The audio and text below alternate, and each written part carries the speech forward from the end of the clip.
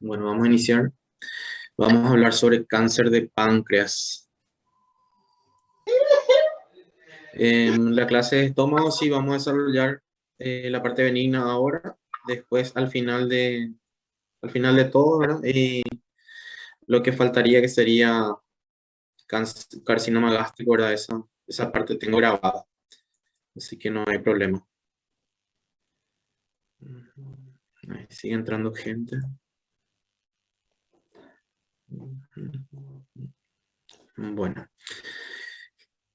La parte de pancreatitis aguda y crónica, esa clase ya está grabada y subida a la plataforma, ¿sí? Entonces, con la finalidad de ahorrar tiempo, ¿verdad? Vamos a desarrollar lo que es carcinoma pancreático o cáncer de páncreas en esta clase junto con vesícula biliar y luego haremos un repaso, ¿verdad? De las láminas histológicas que habíamos visto en la práctica, ¿verdad? En todo este tiempo. Y que eso va a entrar para el examen. Bueno, el páncreas, como ustedes saben, anatómicamente, ¿verdad? Se divide en tres porciones: la cabeza, el cuerpo y la cola, ¿sí? Los tumores malignos pancreáticos son más comunes en la zona del cuerpo. Sería en la zona media, ¿verdad? Del órgano. Sin embargo, los que causan mayor signo o sintomatología serían los carcinomas.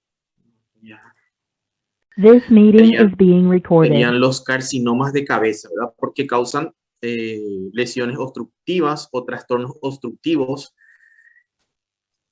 ya sea para la excreción del jugo pancreático, ¿verdad? O para la excreción de la bilis. En el caso de que cause una obstrucción a nivel del conducto excretor de la bilis, ¿verdad? Entonces estaría produciendo ictericia, coluria. Coluria se le denomina a la orina, ¿verdad? La orina cuando tiene una coloración similar a la guaraná. Acolia, ¿verdad? Cuando hay deposiciones de materia fecal sin coloración, ¿sí? O sea, salen de un color blanquecino, no son amarillos, no son de color marrón, que sería la coloración natural, normal, ¿sí? Entonces, esos son coluria, acolia, ¿sí? También suelen causar dolor, mucho dolor, un dolor en la región del epigastrio que puede irradiar o se puede, digamos, se puede sentir en la espalda, ¿sí? Un dolor irradiado es un dolor que se siente en una zona del cuerpo, pero que no se origina en esa zona, sino que se origina en otra zona, ¿verdad? Pero la persona siente en otro lugar, un lugar diferente al sitio de origen. Entonces, se puede sentir un dolor irradiado hacia la espalda. Entonces, esos serían los signos más comunes: coluria, acolia, una masa tumoral, ¿verdad? El dolor irradiado. En este caso, aquí tenemos, ¿verdad? Esta es la porción del duodeno. Esta es la porción del duodeno que está en contacto con el páncreas. Esto sería aquí la cola, ¿verdad? El cuerpo, y aquí la cabeza del páncreas. En los casos donde hay tumor a nivel de la cabeza, ¿verdad? Cerca del esfínter de Oddi, entonces se causan o se producen muchos trastornos obstructivos, tanto a la liberación del jugo pancreático. Entonces se puede, digamos, el cáncer de páncreas se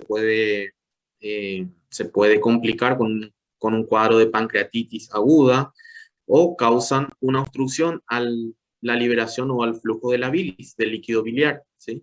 Entonces causaría los signos que le dije, ¿verdad? Coluria, colia, ictericia. Ictericia es la coloración amarilla, tanto de la piel como las mucosas, elevación de la bilirrubina directa, ¿sí? Todas esas alteraciones. Entonces son más comunes cuando el tumor se localiza aquí en la zona de la ampolla o de la cabeza del páncreas.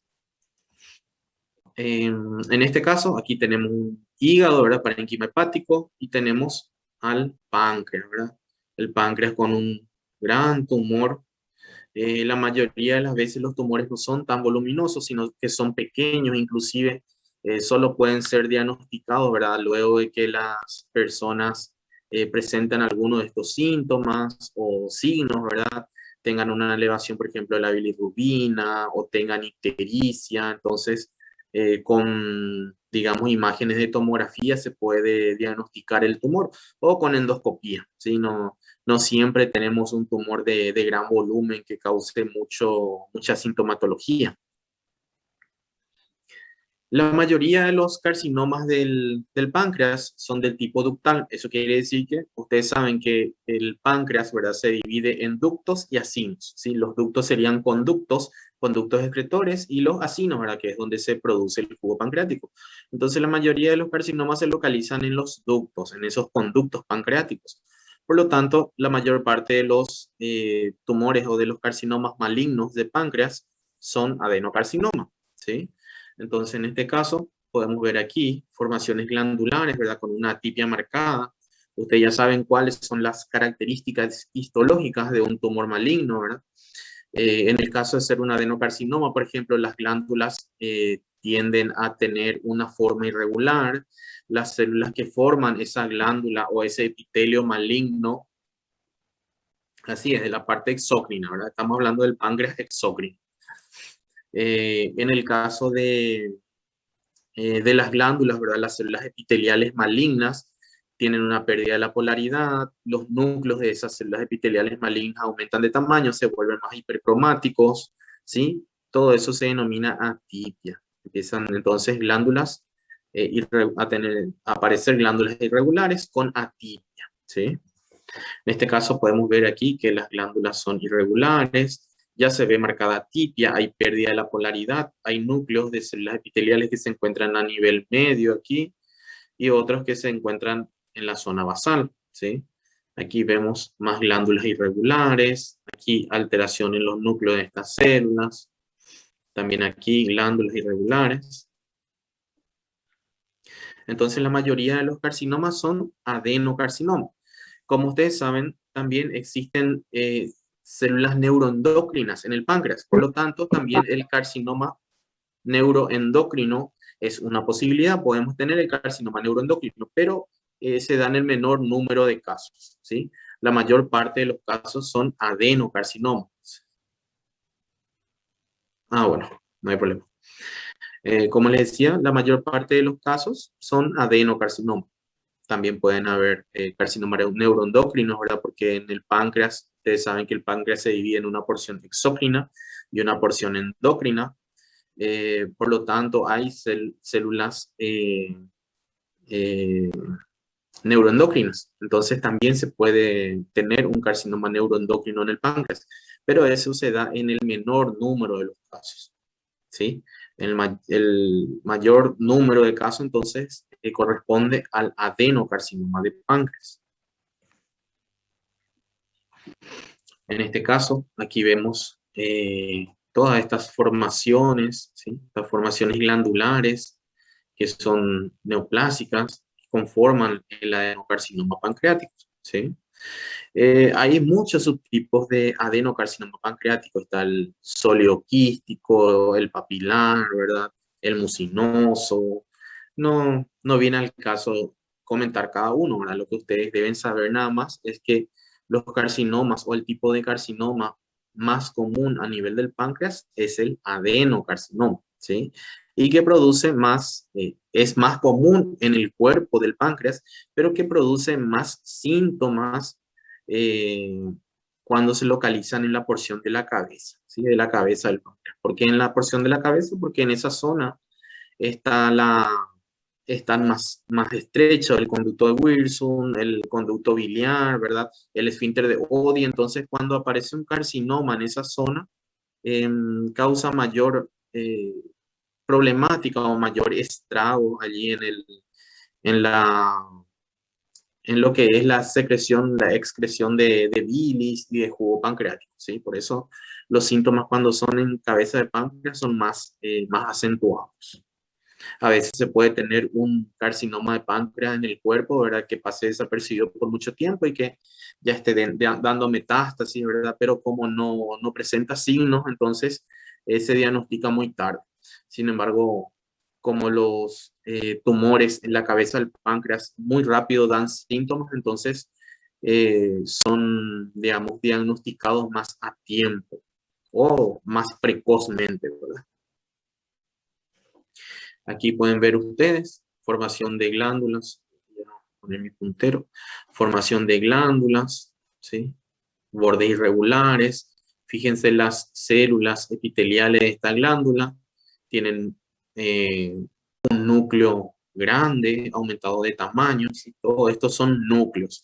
Y estos puntitos que están aquí dentro del núcleo son nucleolos, ¿sí? Entonces tienen núcleos grandes, algunos como estos son hipercromáticos, fíjense, estos núcleos son hipercromáticos, tienen núcleolo prominente, ¿sí? Todas estas son formaciones glandulares malignas, ¿sí? Es un adenocarcinoma de páncreas. Aquí, aquí, aquí, aquí, aquí, aquí, aquí.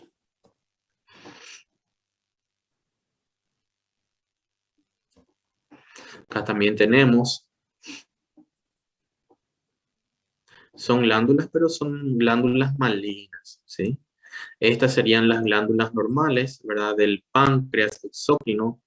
Entonces, estos serían los acinos pancreáticos, ¿sí? Estas glándulas aquí.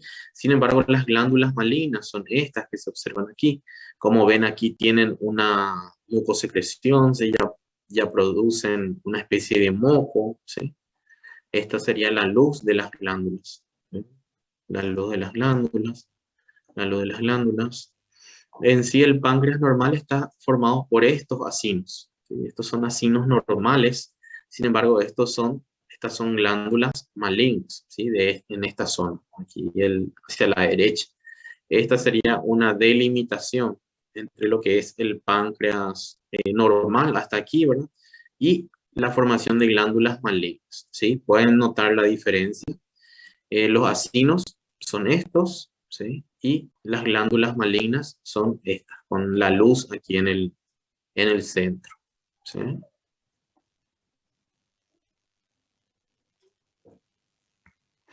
Estas son glándulas malignas del adenocarcinoma. Como pueden ver, la luz en algunos casos, ¿verdad? Son irregulares. En este caso, esto sería la luz, ¿sí? Las células, fíjense, tienen núcleo grande, núcleo hipercromático, ¿sí? Fíjense, estas células tienen un nucleolo aquí bien prominente. Esto pareciera ser una mitosis. Ven cómo las células que componen estas glándulas son bien irregulares, ¿sí? Aquí aparentemente hay otra mitosis. Todas estas son glándulas malignas, glándulas malignas, glándulas malignas, glándulas malignas, glándulas malignas. También aquí glándulas malignas. Las luces a veces son estrechas, son angostas, como en este caso. Esta es la luz de esta glándula maligna. Tiene una pequeña, como un pequeño moco, ¿verdad? Que es producido allí por las células malignas. Fíjense el tamaño de las células epiteliales malignas. Son grandes, son irregulares, ¿sí? Todas estas son células malignas. Fíjense la diferencia entre los acinos pancreáticos y el adenocarcinoma, ¿sí? Hay una diferencia bien marcada. También aquí, si se fijan, estas glándulas tienen varias luces. Esta es una luz, esta es otra luz, esta es otra luz, esta es otra luz. Entonces, en una misma estructura que sería esta, presentan varias luces, ¿verdad? Entonces a esas estructuras llamamos fenestraciones, ¿sí? Fenestración.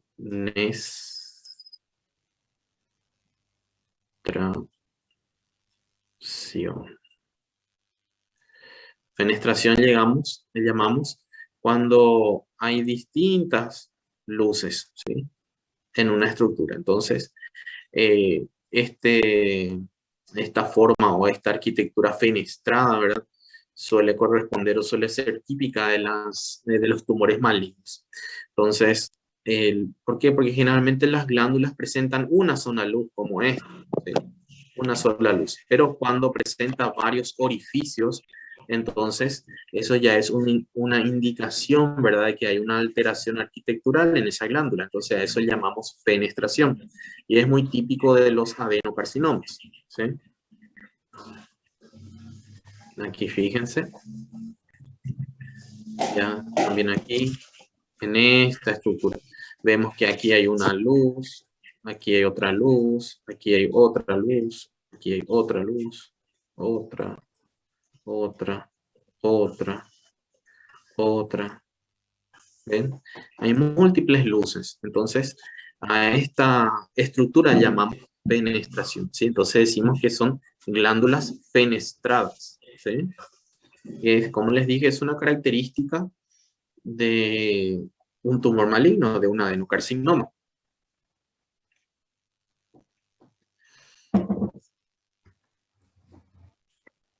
Aquí tenemos otro, en un islote. Fíjense lo que sería la zona normal del páncreas, que sería esto, que están aquí los acinos pancreáticos. Y fíjense aquí en estas formaciones, ¿sí? Tienen múltiples luces, entonces todas estas son formaciones glandulares malignas, ¿sí? Si bien esto está delimitado por esta cápsula aquí de tejido conjuntivo, son glándulas malignas, ¿sí? Partes del adenocarcinoma. En este caso, es un adenocarcinoma que está, digamos que está bien delimitado. A este tipo se le suele llamar sólido quístico, ¿verdad? Quístico porque tiene una buena delimitación, está como, está encapsulado, está delimitado, ¿sí? Pero se pueden fijar la gran diferencia que existe aquí entre estas glándulas, ¿verdad?, que se forman, glándulas malignas, y esto aquí a la derecha, que sería el páncreas normal, ¿sí? Fíjense aquí cómo se forman estas glándulas, todas malignas, y fíjense aquí a la derecha, ¿sí? Hay una clara diferencia. Aquí un poquito más de cerca son formaciones glandulares, ¿verdad?, donde tienen una luz, ¿sí? Todas estas son luces. Entonces son adenocarcinomas. Lo que me interesa que sepan de páncreas son los tipos, ¿verdad? Adenocarcinoma es el tipo más común, carcinoma neuroendocrino es el segundo más común, ¿verdad? Después en el páncreas también pueden haber otras patologías, ¿verdad? Patologías benignas, por ejemplo, la pancreatitis aguda, la crónica que ya vimos, ¿sí? En cuanto a la localización más común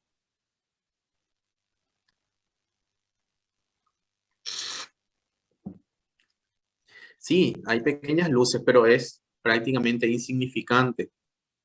Voy a mostrar. Aquí son prácticamente insignificantes las luces que hay. Estas son las pequeñas luces en los acinos pancreáticos. Luego se forman los ductos, que es por donde va el material, digamos, producido por estos acinos, ¿sí?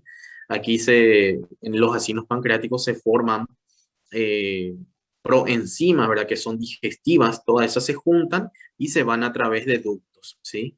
Entonces, como les dije, el adenocarcinoma se puede dar en los acinos o se puede dar en los ductos, ¿sí? Sí, el más común es en el cuerpo del páncreas, ¿verdad? Pero suele causar más sintomatología o síntomas más precoces, digamos, cuando se localizan en la cabeza del páncreas, ¿sí?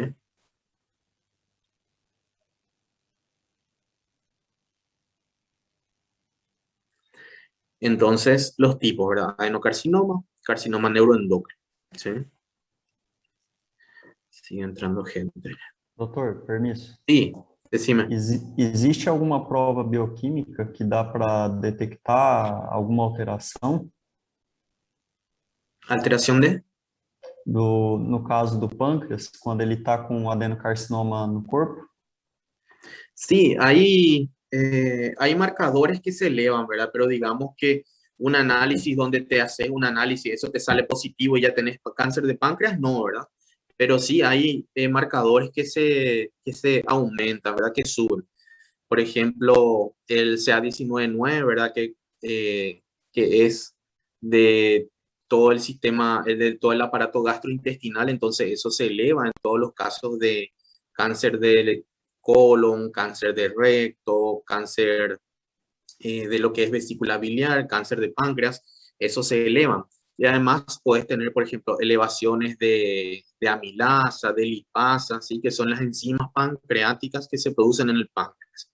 También, por ejemplo, puedes tener alteraciones en tus niveles de insulina, de glucagón, ¿verdad? Que son hormonas que son producidas por el páncreas. Entonces, cuando tu páncreas tiene un carcinoma, ya una parte de ese páncreas no está funcionando correctamente, por lo tanto, puedes tener alteraciones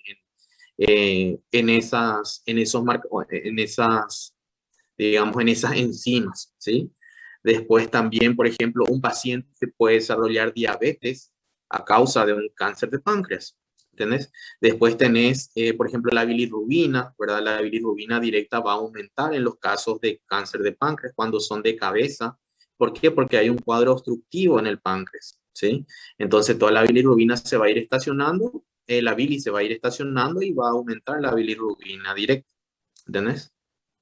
Después tenés Nossa. otros síntomas como la coluria, la colia, la ictericia, todo el cuadro clínico que yo había citado. Pero un marcador, así un marcador específico donde, en el cual, por ejemplo, yo que no tengo ningún síntoma, me hago ese marcador y me sale positivo, entonces ya tengo cáncer de páncreas, no. ¿Me entiendes? Graças. Sim. Ok.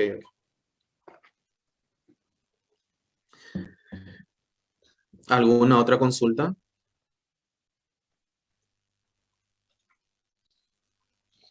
Bueno, vamos a hablar de la vesícula biliar.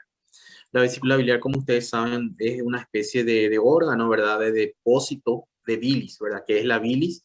La bilis es un líquido, ¿verdad? Que está constituido por agua, por ésteres, también por colesterol, por sales biliares, ¿verdad? Que serían, digamos, una solución, toda la bilis sería una solución que ayuda a la digestión de las comidas, ¿sí? Se producen en el hígado y van y se depositan en la vesícula biliar, ¿sí? Entonces, normalmente la vesícula biliar debe tener esta superficie, una superficie lisa, ¿sí? La coloración de la mucosa suele ser de color, normalmente suele ser de color marrón, de color verde, ¿verdad? No, normalmente no debe tener puntillados ni puntitos amarillos aquí en la mucosa. El grosor de la pared debe ser de unos 2 milímetros, 1 o 2 milímetros, ¿sí? Si tiene un mayor grosor, eso quiere decir que se produce o digamos que la vesícula biliar está atravesando un cuadro de inflamación crónica que hace que se engrose la pared de la vesícula, ¿sí? Entonces, normalmente debe medir 1 a 2 milímetros nada más el espesor de esta vesícula.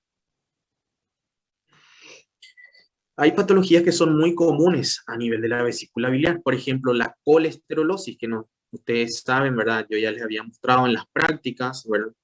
La colesterolosis se da cuando hay depósitos de colesterol. El colesterol es uno de los componentes de la bilis. Entonces, cuando hay depósitos de esas moléculas, de esas partículas de colesterol en la mucosa, específicamente en los macrófagos espumosos de la mucosa, entonces la mucosa adquiere esta coloración amarilla, ¿sí? Tiene puntitos amarillos, como en este caso, ¿ven? Entonces, nuestra mucosa pasaría de este color normal, parduzco, verde o marrón, sin puntillado, sin puntos amarillos, a esto, donde se ve una mucosa verde o marrón, ¿verdad? Con múltiples puntitos amarillos. Esta zona de puntitos amarillos corresponden a las zonas donde están.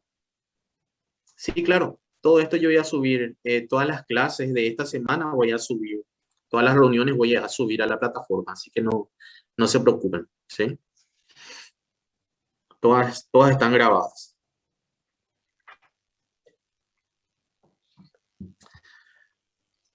Entonces, como les dije, todas estas partículas de colesterol se van depositando en los macrófagos, o sea, en la mucosa, ¿verdad? Siendo fagocitados por los macrófagos que se quedan allí en la mucosa, ¿sí? En la mucosa de la vesícula biliar.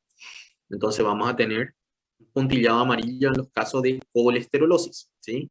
Colelitiasis, ¿a qué nos referimos cuando decimos colelitiasis? A la formación de cálculos, ¿sí?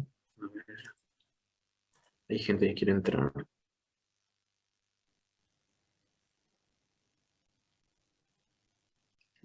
Ahí está.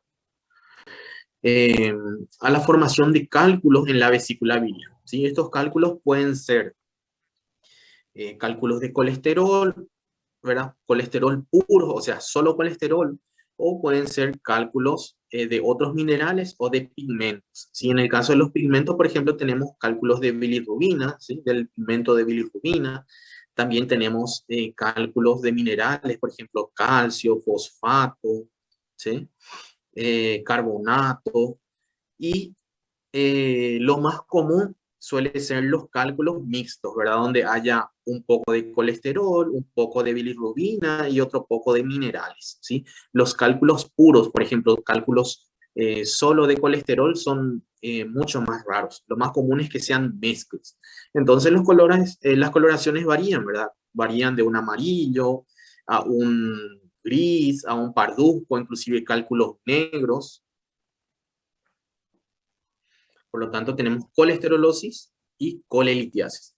Estas estructuras que son, estas células que están aquí, que son aquí, estas células que están aquí, aquí. ¿Eh? Macrófagos ¿Qué células son? espumosos. Macrófagos espumosos, ¿verdad? Entonces nosotros le llamamos macrófagos espumosos porque son macrófagos cuyo citoplasma, como ustedes pueden ver aquí, el citoplasma tiene un aspecto de espuma o de pequeñas burbujitas, ¿sí? Aquí este citoplasma tiene aspecto de espuma o de pequeñas burbujitas, por eso se llaman espumosos, ¿sí? Y en esos macrófagos espumosos es donde se depositan las moléculas de colesterol. Aquí ven más, ¿sí? Más macrófagos espumosos en la mucosa. Estos son los cálculos, ¿sí? Entonces en estos casos tenemos colelitiasis. Como ven aquí, aquí hay cálculos amarillos, aquí hay cálculos amarillos con unas áreas que son de tono verdoso, parduzco, ¿sí? Entonces los cálculos más comunes suelen ser los mixtos, ¿sí? Donde hay una porción, una parte de colesterol, otra parte de minerales, otra parte de bilirrubina. Los cálculos, esto por ejemplo suelen ser de colesterol, los cálculos puros, o sea que todo esto está compuesto por colesterol, pero no es lo más común, ¿sí? Lo más común son los mixtos, ¿sí? Que tienen varios tipos, digamos, mixtos. Nuevamente la colesterolosis, como pueden ver la mucosa tiene este puntillado amarillo. Esto por ejemplo puede ser una pregunta de examen. ¿A qué patología corresponde esta alteración macroscópica? Le puedo decir yo, ¿verdad? Ustedes no me pueden decir colelitiasis, no me pueden decir colecistitis, ¿verdad? Entonces me deberán decir colesterolosis, ¿sí? Este tipo de preguntas es la que yo voy a hacer en el examen. Preguntas fáciles, sencillas, ¿sí? Estos cálculos, por ejemplo, corresponden a cálculos pigmentados, ¿sí? Suelen ser cálculos de bilirrubina, ¿sí? O cálculos de carbonato que tienen una coloración más oscura. La colecistitis aguda, como siempre yo les digo, ¿verdad? Cuando decimos, o sea, cuando una palabra tiene terminación titis, ¿verdad? Es inflamación. Por ejemplo, en el caso de la vesícula biliar sería colecistitis, en el caso del apéndice secal sería apendicitis, ¿sí? Cuando hablamos, por ejemplo, de colon sería colitis, cuando hablamos de intestino delgado sería ileitis, yeyunitis, ¿sí? Duodenitis, cuando hablamos de estómago sería gastritis, ¿sí? Entonces, el término itis implica inflamación, ¿sí? Ahora, nosotros podemos tener una inflamación aguda o crónica, ¿sí? Y para determinar si se trata de una inflamación aguda o de una inflamación crónica, debemos de mirar microscópicamente y tener ciertos parámetros, ¿sí? Cuando tenemos un órgano donde hay infiltrado inflamatorio con neutrófilos y tenemos edema, tenemos hemorragia, ¿verdad? Tenemos vasocongestión, entonces hablamos de un proceso inflamatorio agudo, ¿sí? Cuando tenemos un tejido o un órgano donde haya fibrosis, calcificaciones, granulomas, ¿qué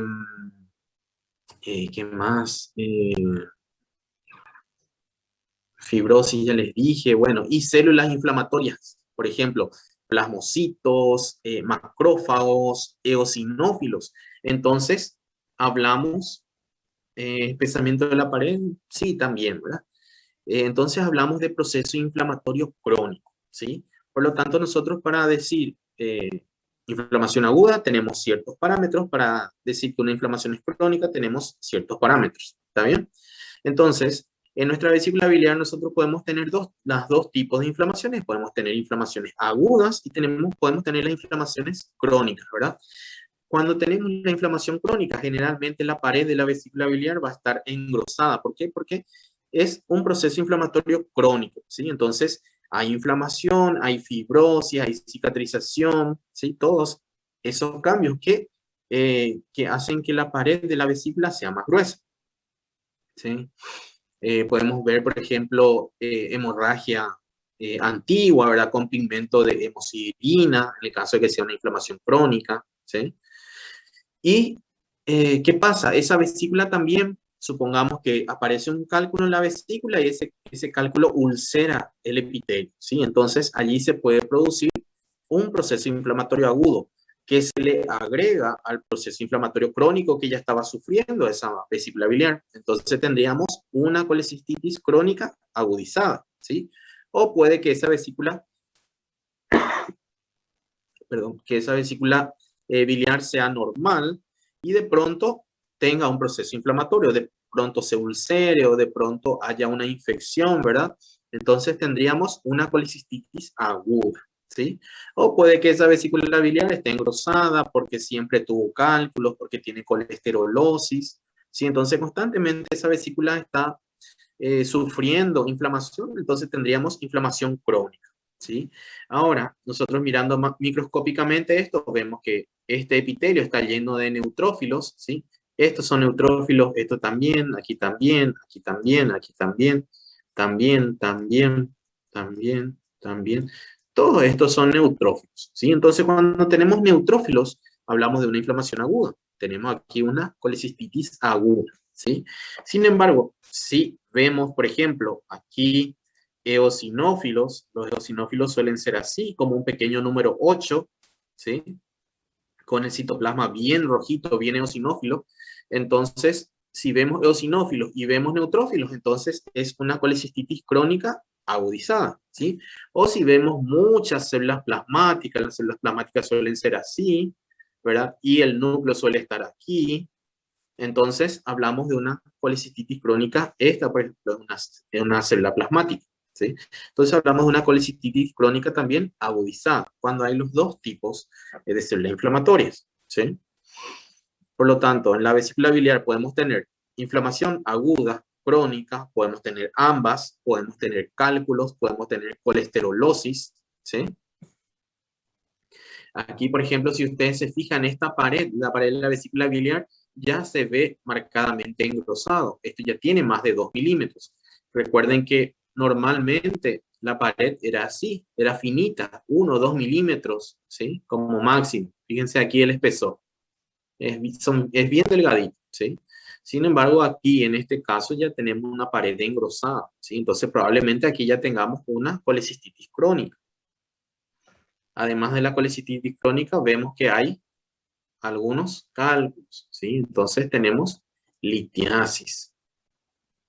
¿Ven? Todos estos cálculos ¿sí? Todos estos cálculos. La presencia de estos cálculos producen una reacción inflamatoria crónica, ¿sí? Fíjense la cantidad, parece un empedrado hasta aquí.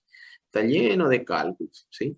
Los cálculos pueden variar de tamaño, pueden haber cálculos que sean de 1 o 2 milímetros, que son los más peligrosos, y pueden que hayan cálculos grandes, ¿verdad? De 1 o 2 centímetros de tamaño, que son los menos peligrosos, pero son los más dolorosos. Más dolorosos, ¿por qué? Porque son de mayor tamaño. Y menos peligrosos, ¿por qué? Porque esos cálculos no se van a mover de la vesícula biliar, no van a migrar a través de los conductos, ¿verdad? No, el conducto biliar, no va a salir ese cálculo a través de los conductos, ¿sí? No, entonces no puede provocar, digamos, una obstrucción ya sea del colédoco o del cualquier parte del conducto biliar, ¿verdad? ¿Por qué? Porque son cálculos grandes. Sin embargo, los cálculos que son pequeñitos, de 1, 2, 3 milímetros, sí pueden migrar. Entonces pueden migrar y pueden causar una obstrucción a nivel del conducto cístico, del conducto colédoco. Y cuando eso ocurre, entonces eso puede ser causa de pancreatitis aguda. ¿Sí? Sí, me imagino que debe ser horrible el dolor, ¿verdad? El dolor suele ser, o sea, el dolor se clasifica en distintos tipos, ¿verdad? El dolor tipo cólico, el dolor punzante, el dolor quemante, ¿sí? En el caso de las vísceras, cuando el dolor es visceral, o sea, un órgano es el que duele, suele ser de tipo cólico, entonces tenemos un dolor muy acentuado que después pasa un poquitito y luego vuelve a aparecer y luego pasa y luego vuelve, ¿verdad? Sí, ese es el dolor irradiado. Cuando nosotros sabemos, ¿verdad?, que la vesícula biliar se encuentra por debajo del hígado, en el hipocondrio derecho, ¿sí? Sin embargo, el dolor uno siente en la espalda, ¿verdad? ¿Por qué? Porque es un dolor irradiado. La disposición de los nervios, ese dolor se manifiesta en la espalda, ¿sí? Entonces, cuando se golpea uno además de la palpación, ¿verdad? Uno de los exámenes que se suele hacer es golpear un poquitito la espalda, ¿verdad? Por debajo de los omóplatos y es muy doloroso en esos casos, ¿verdad?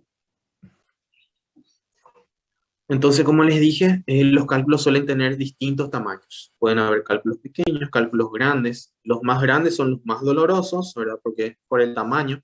Los más pequeños son los más peligrosos porque esos pueden migrar, ¿sí? Y pueden producir pancreatitis aguda. La colecistitis crónica, entonces aquí tenemos una imagen de colecistitis crónica, tenemos aquí la mucosa, vemos que la pared ya está engrosada, ¿sí? Está en la muscular, hasta aquí está engrosado, ¿sí? Y aquí podemos ver todo el infiltrado inflamatorio que se observa, ¿sí? Todo este infiltrado inflamatorio.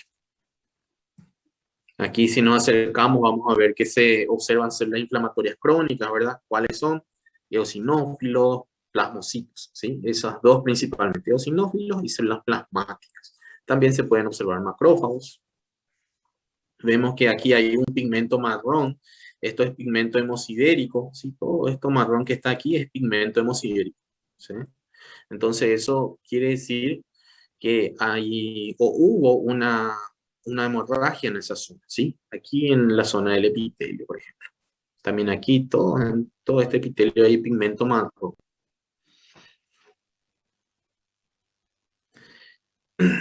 El mucocele es cuando se forma una... Sí, puede haber también linfocitos, pero los linfocitos no son parámetros de inflamación crónica. ¿Por qué? Porque los linfocitos pueden ser encontrados en un tejido normal. Entonces no utilizamos nosotros como parámetro. Sí se pueden observar, en una inflamación aguda se puede observar, en una inflamación crónica se puede observar, en un tejido normal se pueden observar, entonces no son parámetros, ¿sí? Pero sí puede haber, ¿entendés? Nosotros siempre tenemos que basarnos en parámetros, por eso, cuando hablamos de inflamación aguda, nosotros tenemos que tener un parámetro que nos diga que eso es una inflamación aguda y no crónica. O cuando hablamos de inflamación crónica, tenemos que tener un parámetro que nos diga que eso es una inflamación crónica y no aguda, o un tejido normal. Por eso es que yo les digo, cuando hablamos de inflamación aguda, hablamos de neutrófilos. Cuando hablamos de inflamación crónica, hablamos de células plasmáticas, de eosinófilos o de macrófagos, ¿sí? Los mucoceles son formaciones quísticas, ¿verdad?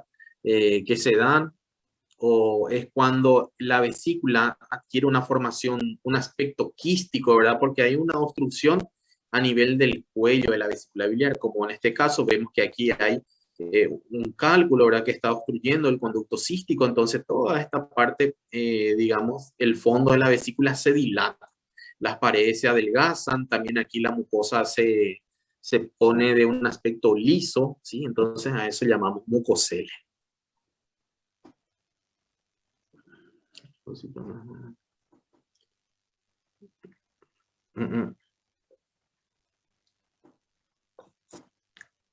No, Kenio.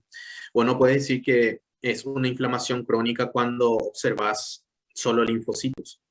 Vos tenés que observar otros tipos celulares para decir que es una inflamación crónica. Tenés que observar plasmocitos o células plasmáticas, ¿verdad? Que son lo mismo, macrófagos o eosinófilos, ¿sí? Si observas solo linfocitos, no puedes decir que es una inflamación crónica.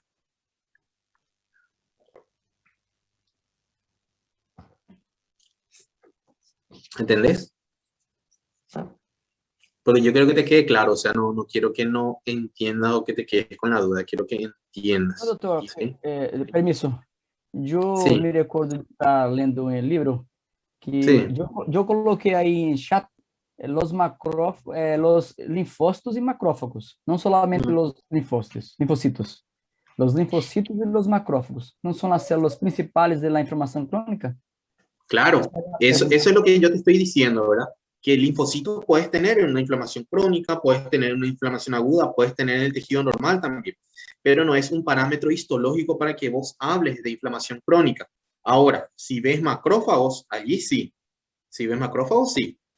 ¿Entendés? Ah, sí. Gracias, doctor. Dale, dale. O si ves, no ves otros tipos de leucocitos y ves solo linfocitos, pero linfocitos formando folículos linfoides, por ejemplo, en los cuadros de gastritis, allí sí decís que hay una inflamación crónica, ¿verdad? ¿Por qué? Porque se forman folículos linfoides, no son simples linfocitos aislados, son linfocitos ya organizados, ¿entendés?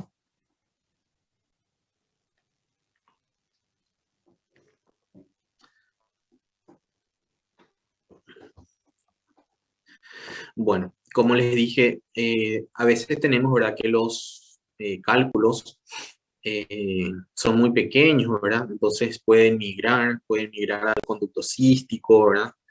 Y de allí producir cuadros obstructivos tanto para el drenaje de la bilis como cuadros eh, obstructivos para el jugo pancreático. ¿Por qué? Porque ustedes saben que el conducto biliar, ¿verdad? Se encuentra por encima del conducto de Wilson, que sería el conducto del páncreas. Entonces, cuando hay un cálculo que está obstruyendo el conducto biliar, entonces eso presiona de hacia afuera, presiona el conducto de Wilson. Y allí se produce una obstrucción también al pasaje del líquido pancreático. Y eso acarrea una complicación que se denomina pancreatitis aguda, acarrea una activación de todas las proenzimas que se producen en el páncreas, porque en el páncreas no se producen enzimas, se producen proenzimas. Las proenzimas son liberadas y en el intestino se activan, ¿sí? ¿Por qué? Porque son muy potentes y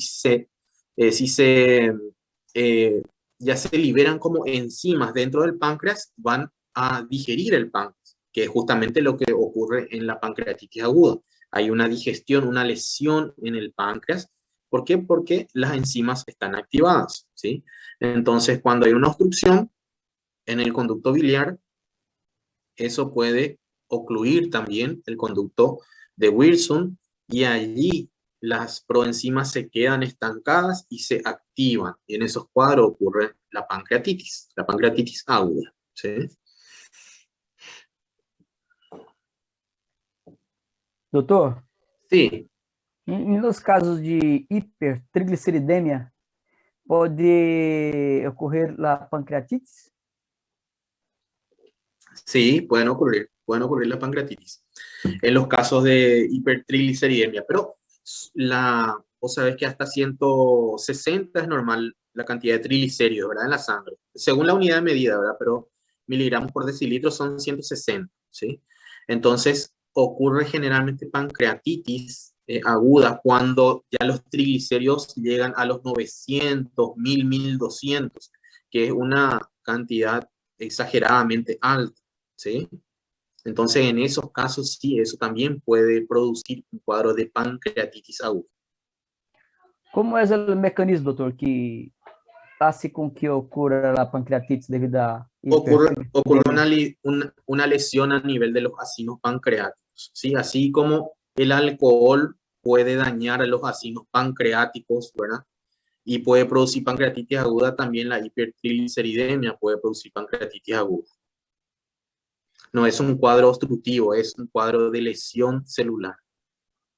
Ah, sim, não é igual no caso de cálculo En los migrado. cálculos, por ejemplo, es algo obstructivo, ¿sí? Sí, Algo sim. mecánico obstructivo, pero en el caso del alcohol, el alcohol es el principal causal o el principal agente que causa pancreatitis aguda, ¿sí? Está el alcohol, antes se creía que eran los cálculos biliares, o sea, de la vesícula biliar, pero hoy en día el alcohol es el principal. En segundo lugar están los cálculos, ¿sí? Y así como el alcohol daña directamente a las células, también la hipertrigliceridemia.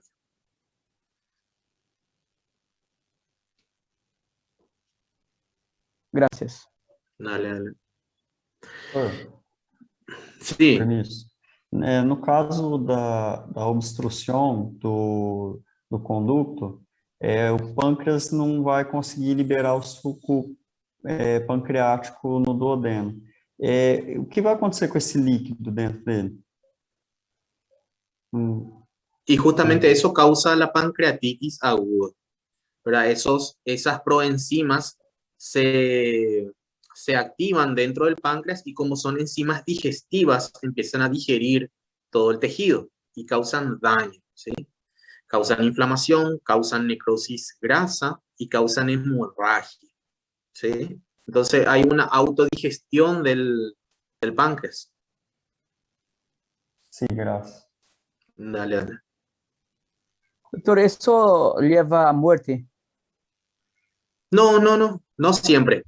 En casos muy graves, sí, ¿verdad? Pero generalmente, como yo dije en la clase, ¿verdad? La pancreatitis aguda tiene un manejo clínico, ¿sí? ¿Qué es lo que hace que el páncreas produzca las proenzimas? La alimentación, ¿sí? Entonces, cuando una persona se alimenta, ¿verdad? El cuerpo detecta que tiene que producir enzimas digestivas y el páncreas trabaja, ¿sí? Entonces, en los cuadros de pancreatitis lo que se hace es no alimentarle ni darle ni siquiera agua, ¿verdad? A la persona. ¿Para qué? Para que el páncreas repose y tenga tiempo de curarse, ¿sí? Entonces, generalmente, la mayoría de los cuadros de pancreatitis son leves, ¿verdad? En el caso de que sea un cálculo, por ejemplo, o sea, de que sea obstructiva la causa, lo que se hace es retirar el cálculo y todo ya vuelve a la normalidad, ¿sí? Pero en los otros casos, por ejemplo, donde ocurran complicaciones, por ejemplo, formaciones de pseudoquistes o mucha hemorragia, en esos casos cuando hay necrosis, formación de quistes, se opera, ¿sí? Se opera, se saca la zona necrosada o se saca ese pseudoquiste, ¿verdad? Que puede provocar una hemorragia. Pero la mayor parte de las pancreatitis son leves, ¿sí? No son muy complicadas. E esta inflamação, doutor, pode cronificar? Claro, justamente la pancreatitis crónica se da por eso, porque hay, digamos que, pequeños focos de inflamación, ¿verdad? Que siempre se dan por ejemplo, en el caso de las pancreatitis crónicas, así como, te explico mejor, las pancreatitis crónicas, así como las pancreatitis agudas, ¿verdad? Su principal causa también es el alcohol, ¿sí? El alcohol y los cálculos, ¿sí? Entonces, cuando hay una intoxicación, o sea, cuando una persona es alcohólica y constantemente está metiendo alcohol a su organismo, el páncreas sufre pequeñas inflamaciones en muchos focos. Entonces, esos focos se van inflamando, ¿sí? Entonces, eso lleva a la inflamación crónica. Por lo tanto, si tu pregunta es si La pancreatitis aguda se puede cronificar, sí, ¿verdad? ¿Por qué? Porque pequeños focos inflamatorios pueden desencadenar una pancreatitis crónica, ¿entendés? Puede desencadenar la fibrosis y las formaciones quísticas, que son las alteraciones que son visibles a nivel del páncreas. También eso, cuando tenés fibrosis, por ejemplo, del páncreas, ¿verdad? Tenés también las consecuencias, tenés menos enzimas digestivas, tenés menos páncreas endocrinos, ¿verdad? Entonces se puede desarrollar diabetes, por ejemplo, ¿sí? Doutor, entonces hay una disminución significativa de la acción del páncreas, no que perca totalmente la función. ¿En qué caso? Una pancreatitis crónica. En la pancreatitis crónica no es que se da una pancreatitis crónica grave de repente, sino que es la suma de múltiples foquitos inflamatorios agudos, ¿entendés? Solo que ese cuadro agudo no es clínico, entonces no va a repercutir directamente en tu páncreas, ¿sí? Son pequeños foquitos que se van a ir primero aquí, luego allá, luego aquí, se van de eso y van sumando un área de fibrosis, otro área de fibrosis, otro área de fibrosis, hasta que la sumatoria de todas esas alteraciones te dé el cuadro de pancreatitis crónica, ¿verdad? Donde ya tengas un gran área fibrosada, sin funcionalidad, y eso pueda repercutir en tu organismo. ¿Entendés? Sí, sí, gracias, doctor. Muchas gracias.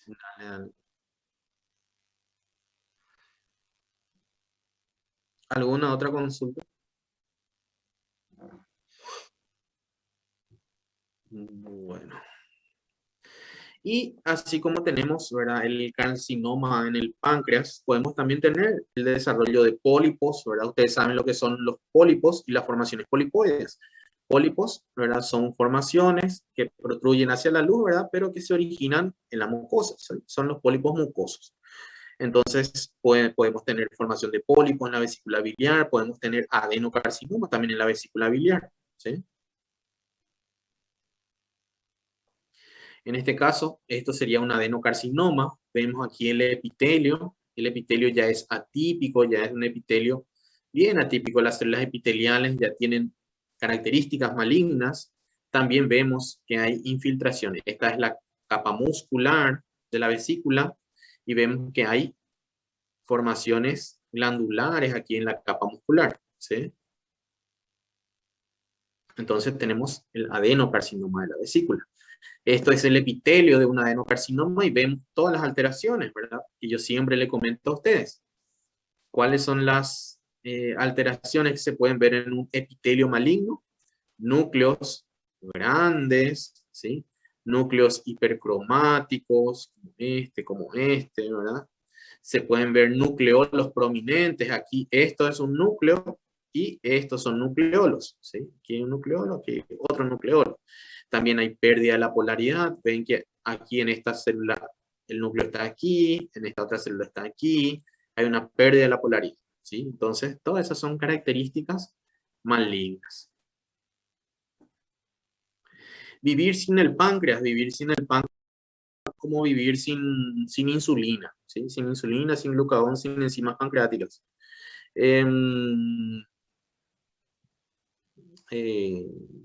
No creo que pueda vivir sin el páncreas, ¿sí? Sería insulino dependiente totalmente y eso sin hablar de las enzimas digestivas que produce el páncreas, ¿sí? Aunque las enzimas digestivas también se pueden producir a otro nivel, pero yo creo que no se puede vivir sin el páncreas. La verdad que nunca escuché. Estas son figuras mitóticas. No sé si ustedes escucharon ya a alguien que no tenga páncreas y esté vivo, ¿verdad? Al menos algo de parénquima, ¿sí? Comentanos un poco cómo es el caso, porque la verdad que, o sea, sin páncreas exócrino y sin páncreas endocrino, o sea, sin el páncreas completo, allí no sabría, ¿verdad? Pero supongamos que los diabéticos, todo el páncreas, porque lo que se suele hacer es sacar, lo que se suele hacer es sacar solo el tumor. Entonces se hace una cirugía que se llama cirugía de Whipple, que es cuando el cáncer de páncreas se encuentra en la cabeza, se saca la cabeza del páncreas. Si es muy grande, también el cuerpo del páncreas, se retira duodeno, se retira el estómago, o sea, se retira todo un bloque, ¿sí? Pero igual le queda algo de páncreas, sería el páncreas que está en la cola, ¿verdad? Esa es la cirugía de Whipple. No sé si se habrá retirado todo el páncreas. Puede ser, ¿verdad? Yo nunca escuché realmente. Habría que investigar bien si todo el páncreas se le sacó o solo se le sacó la porción que tenía tumor.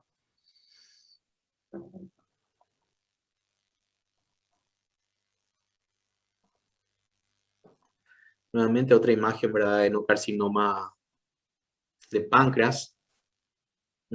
Por eso te digo, voy a buscar a ver si es posible. Desde mi punto de vista, no sería posible. Y menos 20 años, ¿verdad?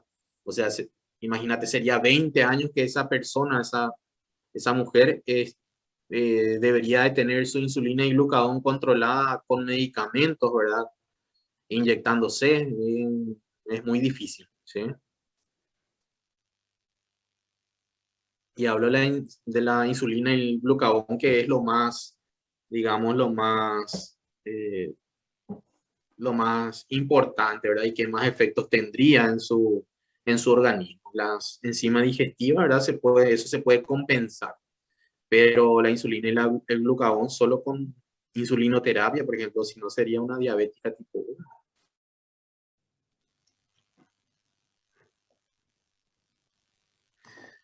Aquí hay más de lo mismo, ¿verdad? Glándulas malignas con todas las características histológicas de las células epiteliales, ¿verdad? Necrosis, entonces necrosis lo que está aquí, vemos que aquí tiene una luz irregular, aquí tiene una luz, aquí otra pequeña luz, son glándulas irregulares, ¿sí? Como es característico de los adenocarcinomas. Macroscópicamente los adenocarcinomas se pueden observar de esta forma, esto sería el tumor, esto que está aquí sería el tumor. ¿Sí? Vemos que tiene una superficie lobulada que está un poquito sobreelevada.